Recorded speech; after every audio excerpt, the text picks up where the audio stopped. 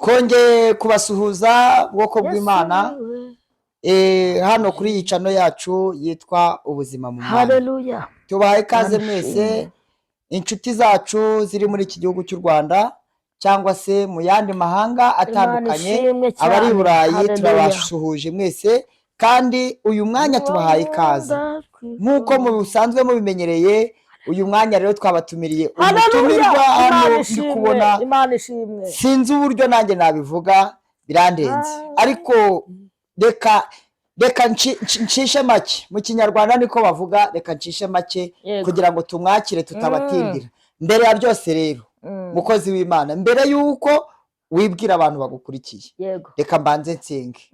Mana data wa twese, turagushimiye, tugushimiye ineza yawe, waraturinze ubana natwe, watugiriye neza. Izina ryawe hari abarwaye bari muri iki gihugu, hari abashonje bari muri iki gihugu, hari abafite intambara zitazimye, hari abari mu bibazo bitandukanye. Mbere yuko dutangira iki kiganiro tubanze kubasengera, ubashyigikire kandi amahoro n'imigisha bikomeze bibane natwe twese mu izina rya Yesu, amen. Ngaho ibwira abantu b'Imana tuguhaye ikaze. Ndakwikomezaho nta wundi ni Kristo we, reka mubashimire mubashimire mubashimire, Yesu niwe umpagije.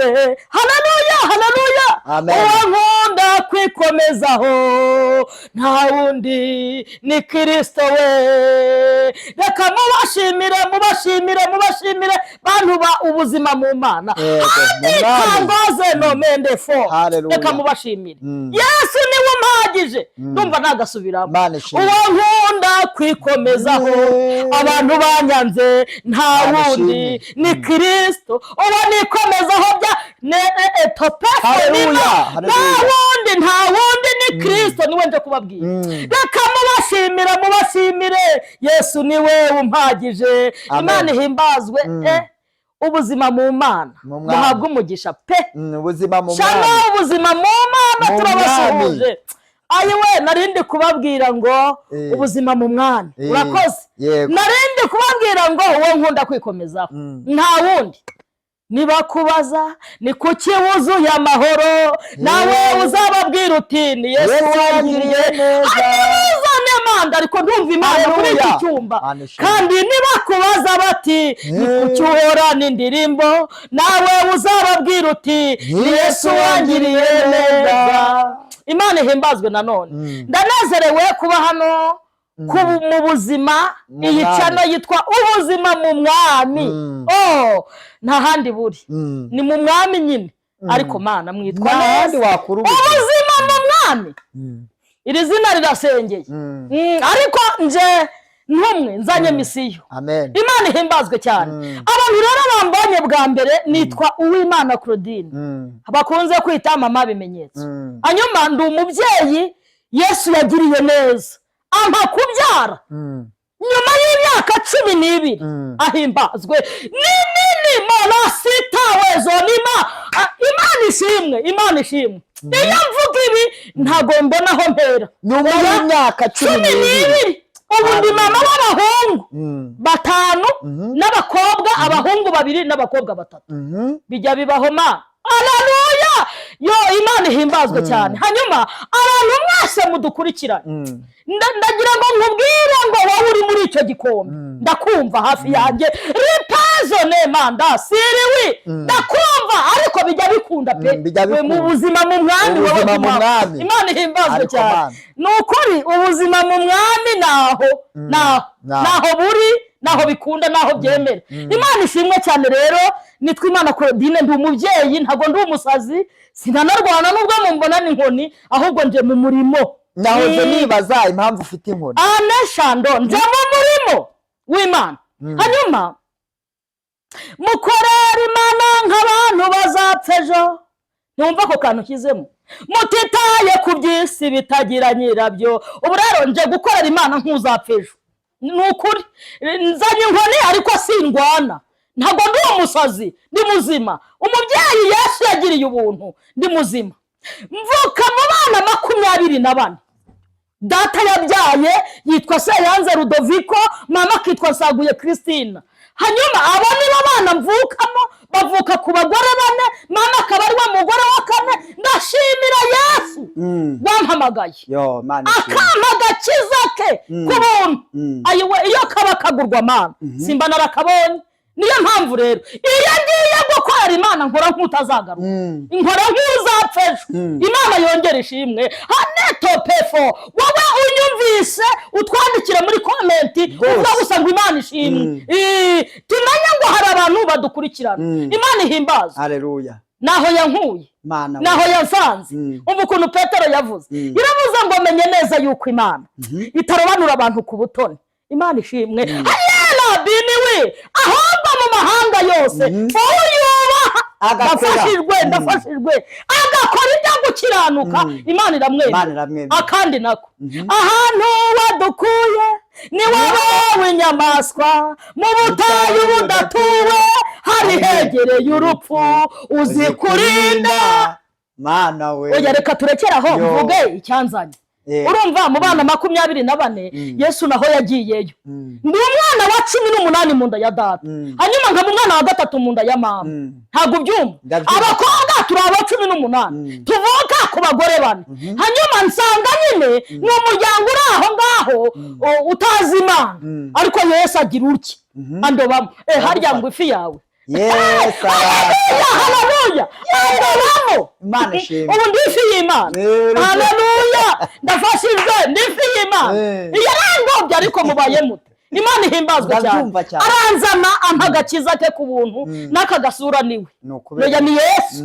Ni Yesu nta kindi nishingikirijeho. Ahimbazwe rero. Hanyuma ntago narangiza ubuhamya ariko nzagaruka hano kuri cano ubuzima mu mwami. Turakugarura vuba. Nzaza mbabwira ukuntu Imana ikora na nyuma ya zero. Ryari rwose nyuma ya zero nta mibare ibayo. Rudonatari zitagikora abantu abo ngo ni hanyuma ya zero. Uwiteka agaseruka. Ahimbazwe nanone. Ese ugira ngo wapfa kuva muri abo bana 24 ukagira ntibishoboka. Ntabwo bikunda n'izindi mba. Rero waneme tangoze umuntu arimo aranyumva. Ntabwo wavayo keretse Uwiteka. Mana we Uwiteka yabiteyeho kashi. Nzagaruka ariko mbivuge. Imana ishimwe cyane. Rero intumwa ntagitinda, message ntagitinda, nje muri message y'Imana. Abantu banzi ku mbuga nkoranyambaga ho hakeya ho maze kujya ndi mama bimenyetso. Ni ibimenyetso. Iyo Imana ivuze ngo tora inkoni niyo ntora, ariko singona nabibabwiye. Iyo ivuze ngo haguruka n'isuka cyane igiti nuko meza nuko muzambona. Ubu rero naje kubwira intama ziranyumva se. Ntama. Haleluya. Nahoranya n'umwungeri nijoro w'intama. Ni mandazobe. Ngaho dusomere bataza kugira ngo ni amagambo yanjye. Soma. Reka dusome. Imana ishimwe. Ubutumwa bw'inzu ko bwanditswe na Yohana 10:11. Message yanjye nahiri Imana yampaye. Kandi Yakobo yaravuze ngo mujye mukora iby'iryo jambo. Imana ihimbazwe cyane. Reka dusome ijambo ry'Imana, ubutumwa bwiza ko bwanditswe na Yohana ibice 10 umurongo waho wa 11. Aravuze ngo ni nge mwungeri mwiza. Umwungeri mwiza apfira intama ze. Rekeraho ngaho abandi bazahasoma hasigaye. Ninde wayavuze ayo magambo? Ni Yesu. Ngaho mpari rusinga. Ubu ninjye urimo guhamya. Ndaruguhariye. Ni Yesu wavuze aya magambo. None horara ninjoro nahoranye n'umwungeri ari we Yesu. Uti hehese babonanira hese mwishyamba. Uti kandi amashyamba afunze. Turasenga we nubwo afunze. Ubu se nasengeye hehe. Haleluya. Turasenga arafunze ariko turasenga.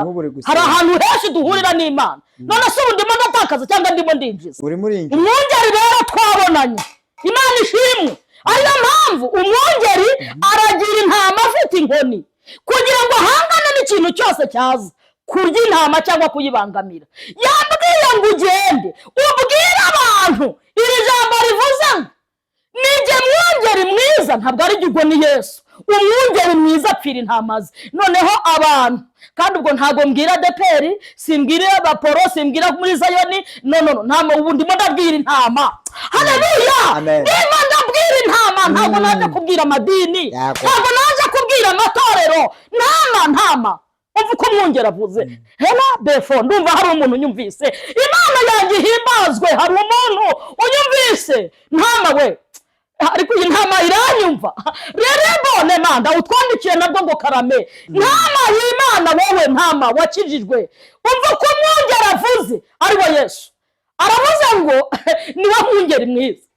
Ayiwe, mbega ibintu byari bikuye abantu imitima, abantu bari baredobefo, amagambo yarabaye menshi. Ninde wakubwiye ko ariko umwungeri yazivuye? Umwungeri aracyahari. Imana ihimbazwe. Reka nisagure iyo mvugo ubutumwa, iyi message Imana yampaye, ntabwo mba mvuze idini runaka.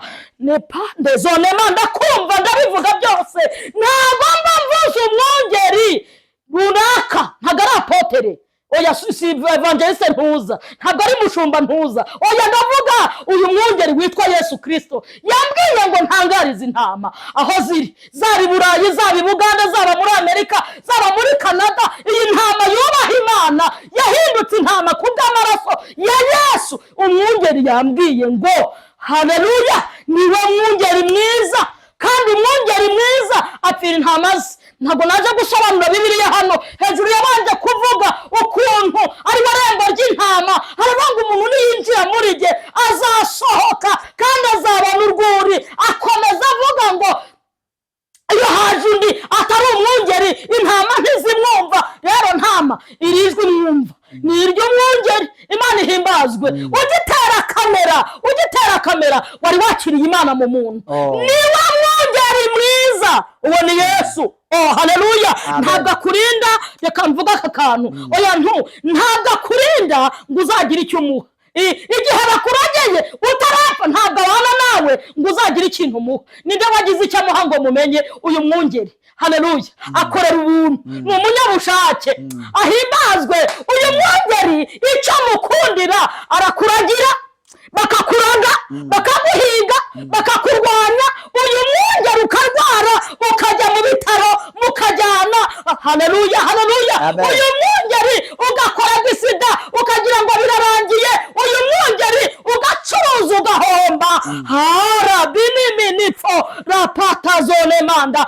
Ariko uyu mwungeri iyo ibyo byose birangiye ntabwo akwishyuza. Ni umwungeri mwiza. Rero ngaho ndamburira ayo maboko yawe. Ni umwungeri mwiza. Yantumye ngo nize mpumurize intama. Ariko hano kuri channel yitwa Ubuzima mu Mana hariho intama z'Umuremyi, ariko zirahari ndumva z'Imana ziri kunyitaba. Yego zimwe zirarwaye, ndazumva umugongo mu nda, zindi zifite randevu yo kujya kubagwa. Izi ntama ariko umwungeri zibereye maso. Imana ishimwe. Haleluya. Ku myaka yawe 3, 6, 9 utabyara, 7, 8, nkuzaniye amakuru avuga ko uyu mwungeri mwiza iyo ategetse birakunda.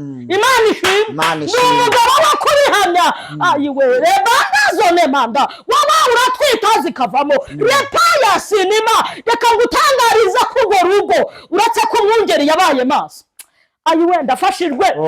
Haleluya. Uretse ko umwungeri yabaye maso, uyu mwungeri witwa Yesu Kristo, uretse ko yabaye maso, nawe biba byarabaye nk'abandi. Noye waragiye, uba wararumenye ukaruvamo. Igihe baguhariye inshingano wenyine, erega abantu bose mvuga ndimo ndabumva, ariko ni umwungeri wakurwanyeho. Imana ihimbazwe, Imana ishimwe. Ni ukuri, ntabwo ari ubwiza, oya si bya bindi bavuga ngo ni ibiki. Sinanashaka kubivugira kuri iyi kamera y'Ubuzima mu Mana TV, tukahavugira ibyo bintu ngo ni ishinya nziza, ngo ni oya we, ni umwungeri. Haleluya. Ni umwungeri wahabaye kuba ukiri muri icyo gihugu, ni ukubera umwungeri. Mana ndafashijwe. Harebona sinimondefo. Uzi imitego Imana yagiye igusimbutsa. Uzi iryo tarabwoba rikuriho, uwo mwuka w'urupfu wumva ukarota nabi. Numvise n'uwarasi inzoka imurya. Umwungeri niwe wabikoze. Ni umwungeri uhari. Imana ihimbazwe. Aranamiza aravuga ngo genda umbwirire abantu ngo nige mwungeri mwiza. Ngo kandi umwungeri mwiza apfira intama ze. Dore nazanye inkoni, mwungeri araragiye, umwungeri zirimo. Humura reka nguhumurize, wikuka umutima, wihangayika. Umwungeri intama ze arazireberera, azibereye maso. Uti zirakodesha, ziramaze. Haleluya. Mana yanjye we, ndimo ndumva ibintu ndumva amaboko y'Imana. Izi ntama se zikodesha, izi ntama zigipfundikanya. Uramaze, urakodesha ariko uri intama. Desoperasini, urakodesha ariko uri intama. Umwungeri arakuzi, ahubwo haranira kuba mu rwuri. Mana yanjye wabarusohotsemo se ndabagenzana. Sawa kuki muva mu rwuri ukagenda uti ndasanga narimo ngaruke, oya rega garuka mu rwuri. Imana ishimwe, Imana ishimwe. Haleluya. Aba bantu kuba baba bari intama niyo bapfundikanya, niyo bakodesha, abandi bararaho bwije, ariko ni intama. Umwungeri bavuga ati nugaraye hariya ejo nzamutabara. Umwungeri bari gutera imibare avuga ati uyu munsi ngiye kwa runaka, ariko ejo ndagera ku mwana wanjye. Haleluya, haleluya, haleluya. Ndumva amaboko y'Imana akomeye. Ayiwe, ubuzima koko mu Mana nicyo kintu gikenewe mu mwami. Ubuzima mu mwami.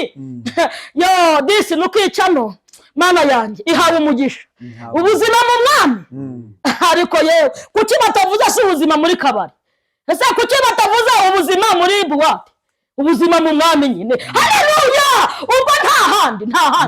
Kuki se batavuza ubuzima muri banke? Naho bubaye ariko ni buke. Ariko Mana we, ni buke. Ubwo muri banke ni buke. Ariko ubuzima mu mwami. Haleluya. Imana ishimwe, buruzuye. N'umwuzuro w'Imana ubundi. Imana ihimbazwe. Mana yanjye murategura. Hanyuma reka nsoze mvuga ngo izi ntama zari zihagaritse imitima. Ubu turimo turabaho tutareba kuri runaka. Oya, nta profete, nta mushumba, nta muntu wundi turebaho. Oya, turimo turareba ku mwungeri w'intama, kandi ni Yesu aracyahari. Umva ukuntu yavuze. Haleluya. Amen. Haleluya. Amen. Yavuze ngo izanjye ndazizi. Haleluya. Ndagiye we Mana retopenda zirima yarase kutana nanginimo. Yaravuze ngo izanjye ndazizi. Se we abanyamwuka baranyumva. Turakumva cyane. Abantu bazi kumva Imana irumva. Abantu bazi kureba Imana. Urabona bimeze ute? Haleluya. Imana ntabwo ibonwa n'ayo maso. Imana ntiyumva n'ano matwi. Oya, harandi ya mpemu. Oya, turi kumva yumva Imana. Haleluya. Abazadukurikiranira online. Yaravuze ngo intama zanjye ndazizi. Nziko inka yitwa Janet Nyiraneza Diane. Haleluya. Ndumva nakomeza nkabavuga Olivier na Daniel n'abandi. N'abantu nivugiye Mana yanjye we. Intama azi uko zitwa. Ndahishuriwe kandi anikuwezo be farawe nima. Ndahishuriwe. Umuntu udasinzira, uhumeka nabi. Uyu yanimutse mu gitanda cy'umugabo. Arewa sopera ngozane manda Uwiteka. Uyu mwungeri aravuze ngo ndazizi.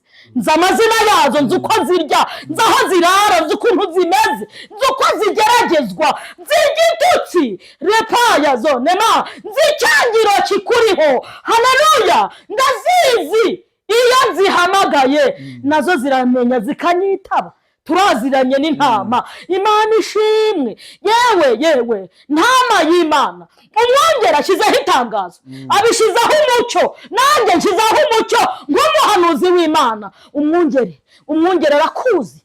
Uba hehe? Uri he? Ni muri Ghana, ni Uganda, ni hehe? Agerera hasi icyarimwe, hagararira aho uri. Haleluya.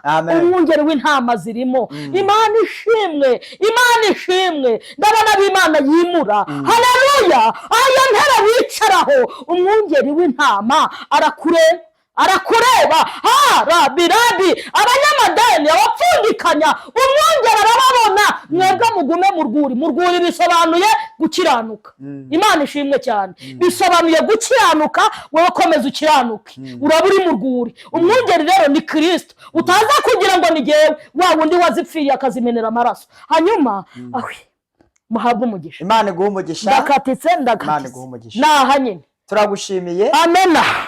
Mwami Imana yacu, haleluya, icyubahiro kibe cyawe. shimwa Tumaze kumva ijambo ryawe, Adonai Elohimu, Imana y'ibifite imibiri byose, kumenya ko ari wowe mwungeri mwiza. haleluya. Muri aka kanya dusengeye abantu bavuye mu rwuri, dusengeye umuntu wese haleluya, ubutumwa, Imana ishimwe, dusengeye abababaye, bari mu ntambara, bari mu ngorane, haleluya, haleluya. tumaze kumenya ko madodefona ngizago utabare abantu bawe Mwami, tugukomeye amashyi, cyubahiro kibe cyawe, amen. Mu izina rya Yesu, wadukurikirana kuri 078 0086 iyo ni nimero yawe, iyo ni nimero yanjye, cyangwa ukadukurikirana kuri mama bimenyetso, waba ukoze. Imana ibahe umugisha. Nta kibazo, ni 078 wifuza ko dufatanya gusenga Imana iguha umugisha.